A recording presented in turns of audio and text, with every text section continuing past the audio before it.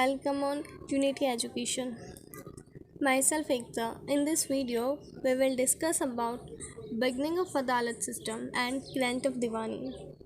In last video, we had discussed the Charter of 1753 and the Charter of 1727. So, let's move further. By this time, company entering their territorial power by having control over the areas or surround the presidency, and that area was called the Mofusils. After acquiring the Bombay start their journey. The East India Company start their journey as a trading company to becoming the sovereign authority. Now, the East India started to acquire the land of India. Company ने अब territorial power भी gain करना start कर दी थी. Presidency के आसपास जो भी एरिया था उसको कंपनी एक्वायर करना शुरू कर दिया था, जिसे मॉफ्यूसिल्स कहा जाता था.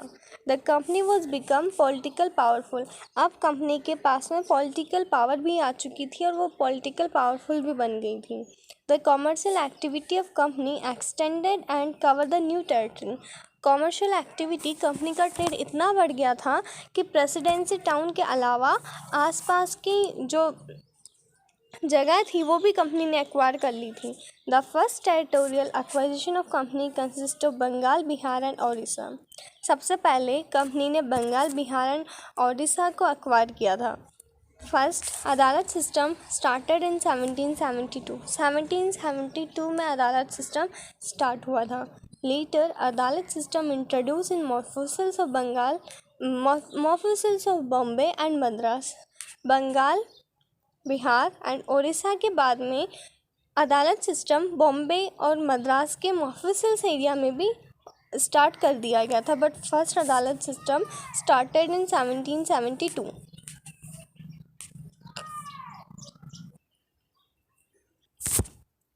With the victory of Battle of Plassey and Buxar, company became territorial sovereign and the supreme authority in Bengal, Bihar and Odisha. Company ने battle of Plassey and Buxar के युद्ध में कंपनी जीत चुकी थी और कंपनी अब बंगाल, बिहार एंड ओडिशा की सुप्रीम अथॉरिटी थी. ये जो बैटल हुआ था वो द नवाब ऑफ बंगाल और ईस्ट इंडिया कंपनी के बीच हुआ था. To avoid complication company nominate Mir Jafar को कंपनी ने नवाब ऑफ बंगाल अपॉइंट कर दिया गया था. But soon lost the favour of governor and council of Calcutta. लेकिन कुछ समय बाद ही मीर जफ़र ने गवर्नर एंड काउंसिल का फेवर से हट गया था और मीर कासिम के द्वारा उसको रिप्लेस कर दिया गया था 1760 में. However Mir Jafar was again made the nawab and replace the Mir Qasim. Mir Jafar को वापस से नवाब बना दिया गया था 1763 में. In 1765, he was replaced by the minor नाजिम-उद-दौला. नाजिम-उद-दौला से इसको वापस से रिप्लेस कर दिया गया. सबसे पहले तो कंपनी ने जब बंगाल को एक्वायर किया तो बंगाल का नवाब बनाया उन्होंने मीर जफ़र को. मीर जफ़र के बाद में मीर कासिम को वहाँ का नवाब बनाया 1760 में. 1763 में मीर जफ़र को फिर से रिप्लेस कर दिया गया मीर कासिम से. मीर कासिम 1765 तक बंगाल का नवाब रहा, बट उसका ही एक नाजिम-उद-दौला था, उससे उसको रिप्लेस कर दिया गया था. In 1765, Mughal Empire Shah Alam transferred the Diwani of Bengal, Bihar and Orissa to company in a rupee of 26 lakh per annum.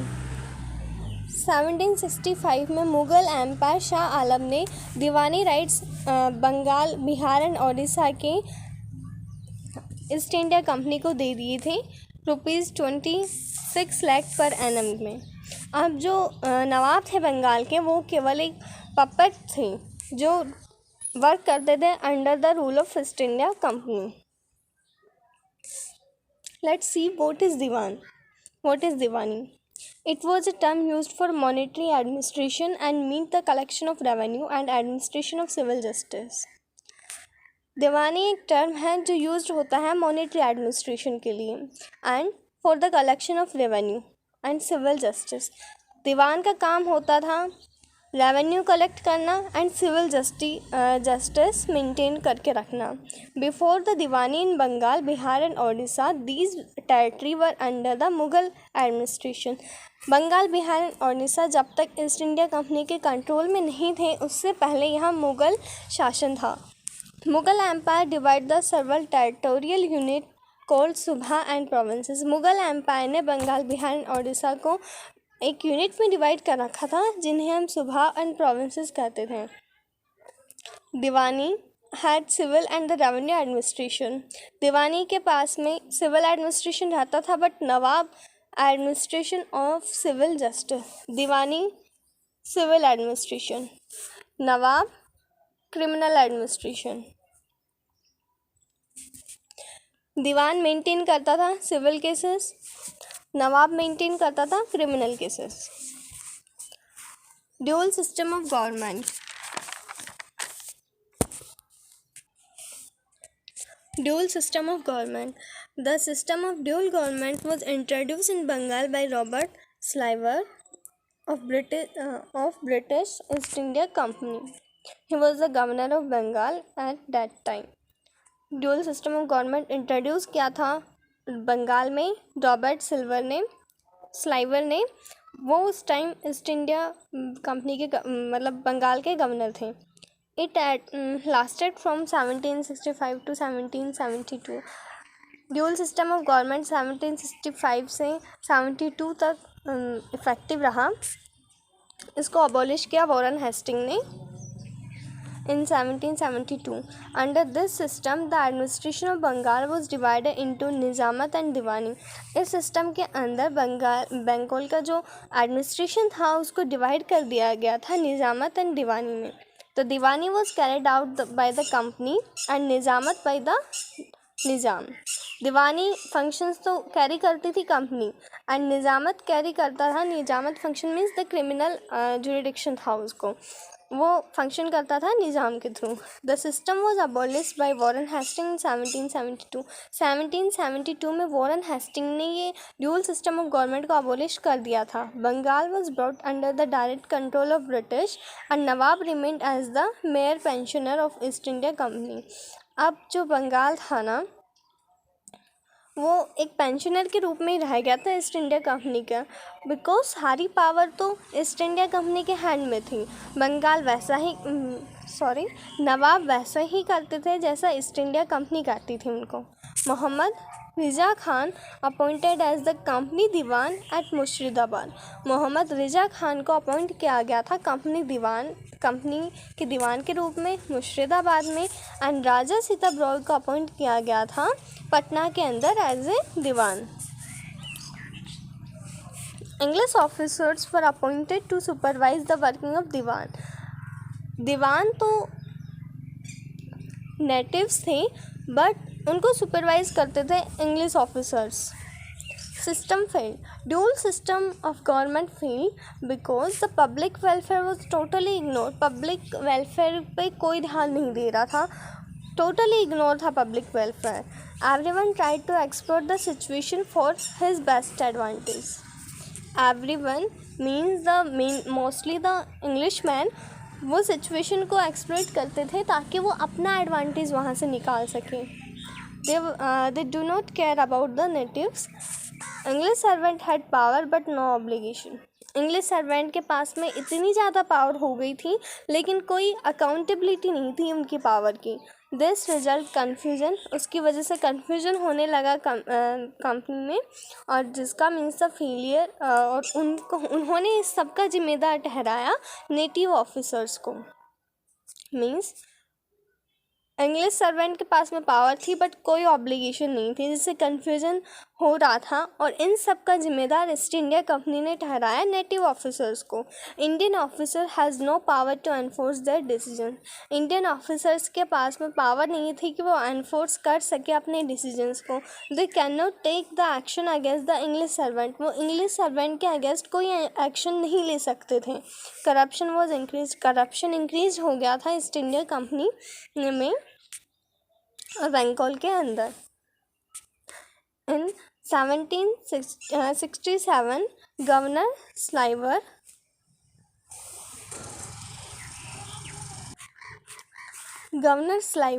left India and Wellest appointed as the governor of Calcutta.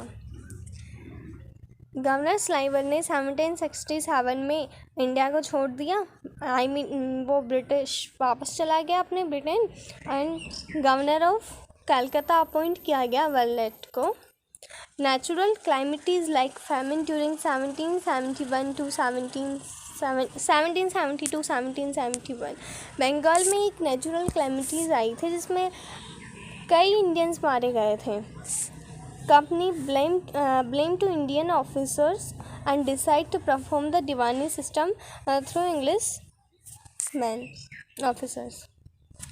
इस natural जो क्लाइमेटीज आई थी India के बंगाल के अंदर, उसका भी company ने जिम्मेदार ठहराया इंडियन ऑफिसर्स को। और अब कंपनी ने डिसाइड किया कि सिविल फंक्शंस, जो दीवानी फंक्शन था ना, वो भी अब इंग्लिश ऑफिसर्स के हैंड में ही जाएगा। अब दीवानी फंक्शंस नेटिव इंडियंस के से ले लिया गया था। अब वो दीवानी फंक्शंस परफॉर्म नहीं करते थे, अब दीवानी फंक्शन इंग्लिश ऑफिसर्स ही परफॉर्म करते थे। The administration of criminal justice, however, continued to be the hands of the Nawab and Nazim. लेकिन अब भी क्रिमिनल जस्टिस नवाब के हाथ में ही था। इसके दो रीज़न थे। एक पहला रीज़न तो ये था कि कंपनी के जो क्रिमिनल जस्टिस था ना, वो कंपनी के लिए बेनिफिशियल नहीं था। और अगर वो क्रिमिनल जस्टिस भी ले लेती तो Indians for completely Indians administration में बिल्कुल भी इन्वॉल्व नहीं होते, जिससे पॉपुलेशन जो इंडियन पॉपुलेशन था वो इससे अगेंस्ट हो जाती। It was likely to accrue the sentiments of indigenous natives population against the company malintention. Dual system was a type of government in which the British were charged to collection of revenue, meanwhile the Nawabs was in charge of laws and order. British तो वहाँ पे revenue collect करते थे and nawabs laws and order maintain रखता था। It was a very unsatisfactory way of governing as neither the British nor the nawabs had completely responsibility थी, ना तो वो नवाब की थी और ना ही वो रेस्पॉन्सिबिलिटी ब्रिटिश ले रहे थे। तो ये जो सिस्टम था वो अनसेटिस्फाइड था। सो 1772 में वॉरेन हेस्टिंग ने ये सिस्टम अबॉलिश कर दिया और वॉरेन हेस्टिंग 1772 में द गवर्नर ऑफ बंगाल बन गया। एक बार रिवाइज करते हैं। अदालत सिस्टम इंट्रोड्यूस किया गया था। अब कंपनी ने टेरिटोरियल पावर भी एक्वायर करनी स्टार्ट कर दी थी और प्रेसिडेंसी के जो सराउंडिंग एरियाज़ थे उनको कंपनी ने एक्वायर किया था, जिसे मॉफिसल्स कहा गया था। और कंपनी की commercial activity beyond the territory भी इंक्रीज़ हो गई थी। फर्स्ट जो उन्होंने एक्वायर किया था लैंड, वो बंगाल, बिहार एंड ओडिशा था। उन्होंने अदालत सिस्टम भी स्टार्ट किया था 1772 में। Grant of diwani to the company, ये दीवानी कब आया कंपनी के हाथ में? Battle of Plassey and Buxar के बाद में मीर जाफ़र को उन्होंने अपॉइंट किया था governor of Bengal, nawab of Bengal. क्योंकि कंपनी डायरेक्ट एग्जेप्शन नहीं ले सकती थी responsibility of administration, because British parliament इसमें इंटरफेयर कर सकती थी। Company coming to power might indigenous population may be in the let's leave it. तो अवॉइड द कॉम्प्लिकेशन को अवॉइड करने के लिए कंपनी ने मीर जाफ़र को अपॉइंट किया। मीर जाफ़र के बाद में कंपनी ने मीर कासिम को, फिर वापस से मीर कासिम रिप्लेस हो गया मीर जाफ़र के थ्रू एंड मीर जाफ़र को 1765 में रिप्लेस कर दिया नाजिम उद दौला में। और 1765 में मुग़ल एम्पायर शाह आलम ने कंपनी को दीवानी राइट्स दे दिए बंगाल, बिहार एंड ओडिशा के 26 लाख पर एनम के रूप में। दीवानी क्या होता है? दीवानी बेसिकली एक टर्म है जो यूज्ड होता है for the collection of revenue and administration of civil justice. Dual system of government company में स्टार्ट हो गया था। रॉबर्ट स्लाइवर ने ये स्टार्ट किया था एंड वॉरेन हेस्टिंग ने अबोलिश कर दिया था 1772। 1765 से 72 तक ये सिस्टम था वो फ्लो था, बट 1772 में इस सिस्टम को कम्प्लीटली अबोलिश कर दिया गया था। ये ड्यूल सिस्टम फेल हो गया, पब्लिक वेलफेयर इग्नोर हो रहा था, everyone tried to explore the situation for his best advantage. English servant के पास में पावर थी बट कोई ऑब्लिगेशन नहीं थी। इंडियन ऑफिसर्स के पास में पावर नहीं थी कि वो अपने डिसीजंस एनफोर्स कर सके और वो एक्शन ले सके इंग्लिश सर्वेंट के अगेंस्ट। करप्शन इंक्रीज हो गया था। इन 1767 गवर्नर स्लाइवर ने लेफ्ट कर दिया था इंडिया को एंड वेलेट को बना दिया था गवर्नर ऑफ कैलकाता। और 1770 से 71 में एक नेचुरल क्लाइमिटी आई बंगाल के अंदर, जिसका सारा ब्लेम ईस्ट इंडिया कंपनी ने इंडियन ऑफिसर्स पर दिया और उन्होंने डिसाइड किया कि अब civil function means the diwani functions भी इंग्लिश ऑफिसर्स के हाथ में चले जाए, और अब जो सिविल दीवानी फंक्शंस थे वो इंग्लिश ऑफिसर्स के हैंड में थे। डुअल सिस्टम ऑफ गवर्नमेंट एक टाइप होता है गवर्नमेंट का in which the Britishers were in charge of collecting the revenue. Britishers तो रेवेन्यू कलेक्ट करते थे और नवाब्स मेंटेन करता था लॉज एंड ऑर्डर को। ये सिस्टम बहुत अनसेटिस्फाई था क्योंकि ना तो नवाब और ना ही ब्रिटिश कंपनी रेस्पॉन्सिबल थी किसी भी चीज़ के लिए। तो वॉरेन हेस्टिंग ने इस सिस्टम को 1772 में अबॉलिश कर दिया था।